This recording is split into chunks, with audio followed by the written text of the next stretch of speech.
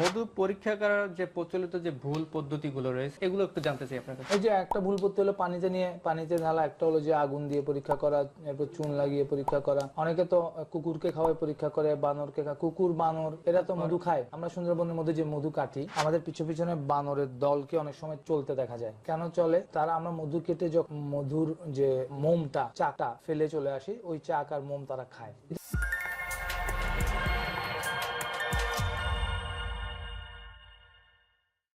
মধু আগুন জ্বালিয়ে পরীক্ষা করা, ফ্রিজে রেখে পরীক্ষা করা, পানিতে ঢেলে পরীক্ষা করা, এই পরীক্ষাগুলো কতটুকু যৌক্তিক? এগুলো মোটেই যৌক্তিক না। এগুলো আমরা আগেও বলে আসছি।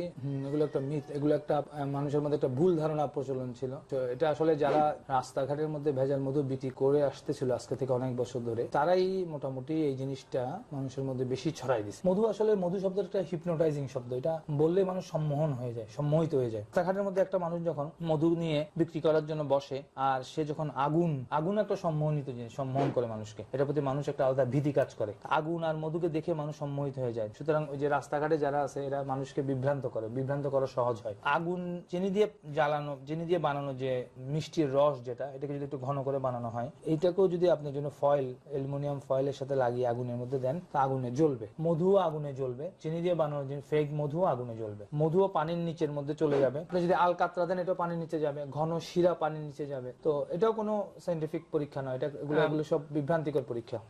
বাসা বাড়িতে ফ্রিজে রেখে ফ্রিজিং টেস্ট করা হয় থাকে, আসলে এটা কতটুকু যৌক্তিক? সাধারণত আমরা দেখতে পাই যে সাধারণত ন্যাচারাল তাপমাত্রায় তো মধু এমনিতেই লোয়ার তাপমাত্রায় জমে যায়, তো সেখানে ফ্রিজিং টেস্টটা এটা কতটুকু যৌক্তিক? একটা ফ্রিজের ভিতরের অবস্থার আগে আমরা বুঝতে পারি। একটা ফ্রিজের মধ্যে কি থাকে? টেম্পারেচার কম থাকে। আমাদের যে নর্মাল চেম্বারটা, ওটাতে 5 ডিগ্রি 4 ডিগ্রি থাকে। এরপর যেটাতে ঠান্ডা বরফ হয়ে যায়, ওখানে আমাদের 12 থেকে 15 18 ডিগ্রি পর্যন্ত, -12 18 15 এরকম থাকে। এবং ভিতরে যে বাতাসটা থাকে, ওই বাতাসটার মধ্যে যে জলীয় বাষ্প থাকে, সেই জলীয় বাষ্পগুলো বরফ হয়ে যায়। ফ্রিজের ভিতরে যে বাতাস, জলীয় বাষ্প, হিউমিডিটি অনেক কম থাকে, অনেক সময় জিরোর কাছাকাছি চলে যায়। ভিতরে যে বাতাসে জল নেই, ওখানে যদি আমি কিছু মধু রাখি, এক তো টেম্পারেচার কম, এরপর বাতাস যে জলীয় বাষ্প কম, তো মধু থেকে জলীয় বাষ্প তখন বাতাসে চলে যায়। মধুর একটা ধর্ম হলো এটা পানিগ্রাহী। এটা যখন বাইরে জলীয় বাষ্প বেশি থাকে, তখন সে বাইরে থেকে জলীয় বাষ্প টেনে নেয়। আবার যখন বাইরে জলীয় বাষ্প কমে যায়, তখন মধু থেকে জলীয় বাষ্প বাইরে চলে যায়, বাতাসে চলে যায়। এই জন্য শীতকালে যখন আমাদের বাতাসে জলীয় বাষ্প কম থাকে, তখন আমাদের সব ধরনের মধুগুলো কিঞ্চিত পরিমাণ ঘন হয়ে যায়, কারণ মধু থেকে কিছু জলীয় বাষ্প বাতাসে চলে যায়। আবার যখন বর্ষাকাল হয়, অনেক মধু ফেনা হয়ে যায়, ফার্মেন্টেশন হয়ে যায়, অনেক মধু পাতলা হয়ে যায়। কেন?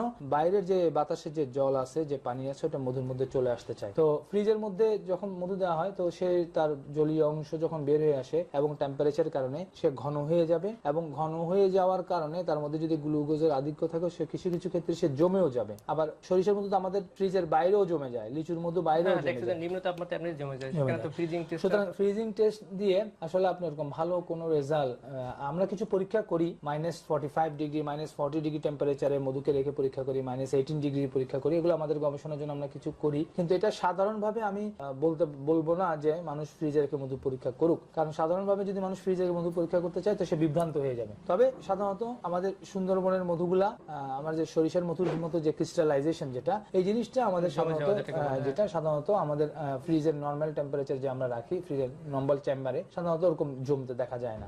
মধু ফ্রিজিং টেস্ট করা এটা কিন্তু সাধারণত সবার জন্য না, এবং এটা অবৈজ্ঞানিক বলা যেতে পারে। এটা না করাই উচিত, কারণ এটা করলে মানুষ আরো বিভ্রান্ত হয়ে যাবে।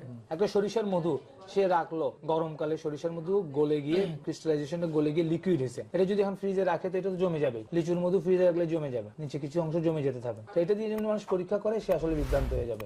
এরপরে আপনার কাছে আমরা জানতে চাবো, সেটা হচ্ছে মধু পরীক্ষা করার যে প্রচলিত যে ভুল পদ্ধতিগুলো রয়েছে, যে ভুল পদ্ধতিগুলো, এগুলো একটু জানতে চাই আপনার কাছে। এই যে একটা ভুল করতে হলো পানিতে ঢালা, একটা হলো যে আগুন দিয়ে পরীক্ষা করা, এরপর চুন লাগিয়ে পরীক্ষা করা। অনেকে তো কুকুরকে খাওয়ায় পরীক্ষা করে, বানরকে কুকুর বানর এরা তো মধু খায়। আমরা সুন্দরবনের মধ্যে যে মধু কাটি, আমাদের পিছনে বানরের দলকে অনেক সময় চলতে দেখা যায়। কেন চলে? তারা আমরা মধু কেটে যখন মধুর যে মোমটা চাটা ফেলে চলে আসি, ওই চাক আর মোম তারা খায়। এটা অনেকগুলো পাখি, একটা পাখি আছে যে পাখিটা মৌচাকের মধু এবং লার্ভা গুলো খায়। হ্যাঁ, এরকম ভাবে বাজ পাখি, চিল পাখি এরাও অনেক সময় মৌচাকের উপর হামলা করে। তারপর আমি দেখেছি একবার, আমি এই সুন্দরবনে মধু কেটে এনে আসার পরে যখন ডাঙ্গায় আসলাম, আমি একটা চাক কুকুরের সামনে দিয়েছি। আমি দেখলাম কুকুর চাকটা নিয়ে দূরে চলে গেছে, গিয়ে খাওয়ার চেষ্টা করতেছে। তো এগুলো ভুল পরীক্ষা।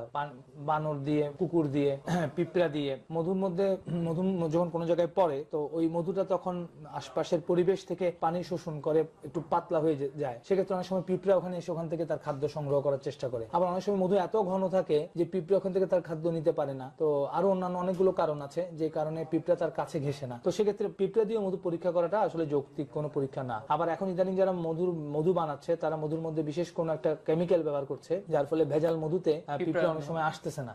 তারাও অনেক নতুন নতুন টেকনোলজি ব্যবহার করতেছে মধুকে মানুষের কাছে গ্রহণযোগ্য করার জন্য, মধু বিক্রি করার জন্য। তো সেক্ষেত্রে পিঁপড়া দিয়েও মধুকে পরীক্ষা করা যাবে না, এগুলো ভুল পরীক্ষা। আসলে তাহলে খাঁটি মধু চেনার উপায়টা কি, আমরা সেই ব্যাপারে একটু ডিটেইলস, একটু বিস্তারিত আলোচনা একটু জানতে চাচ্ছি। খাঁটি মধু চেনার জন্য একটা ভালো উপায় হলো, প্রিয় দর্শক বিন্দু, আপনারা যারা ধারাবাহিক ভিডিও পর্বের 4 নাম্বার ভিডিওটি দেখেননি, অবশ্যই 4 নাম্বার ভিডিওটি দেখার অনুরোধ রইল। খাঁটি মধু চেনার ধারাবাহিক সিরিজ ভিডিও 4র্থ পর্বে আমরা সংক্ষেপে খাঁটি মধু চেনার সহজ ও বৈজ্ঞানিক পদ্ধতিগুলো বিস্তারিত তুলে ধরেছি। 4র্থ পর্বের ভিডিও লিংক কমেন্ট বক্স ও ডিসক্রিপশনে দেওয়া রয়েছে। এছাড়াও আমরা 2য় পর্বে সুন্দরবনের মধু চেনার উপায় সম্পর্কে বিস্তারিত হাতে কলমে প্র্যাকটিক্যালি দেখিয়েছি। যদি আপনি ভিডিওটি মিস করে থাকেন তাহলে ভিডিওটি এখনই দেখে ফেলুন এবং জনস্বার্থে ভিডিওটি শেয়ার করার অনুরোধ রইল। সর্বশেষ অনুরোধ, বাকারা সাহেবের ভিডিওগুলো যদি আপনার কাছে ভালো লাগে অবশ্যই চ্যানেলটি সাবস্ক্রাইব করার অনুরোধ রইল।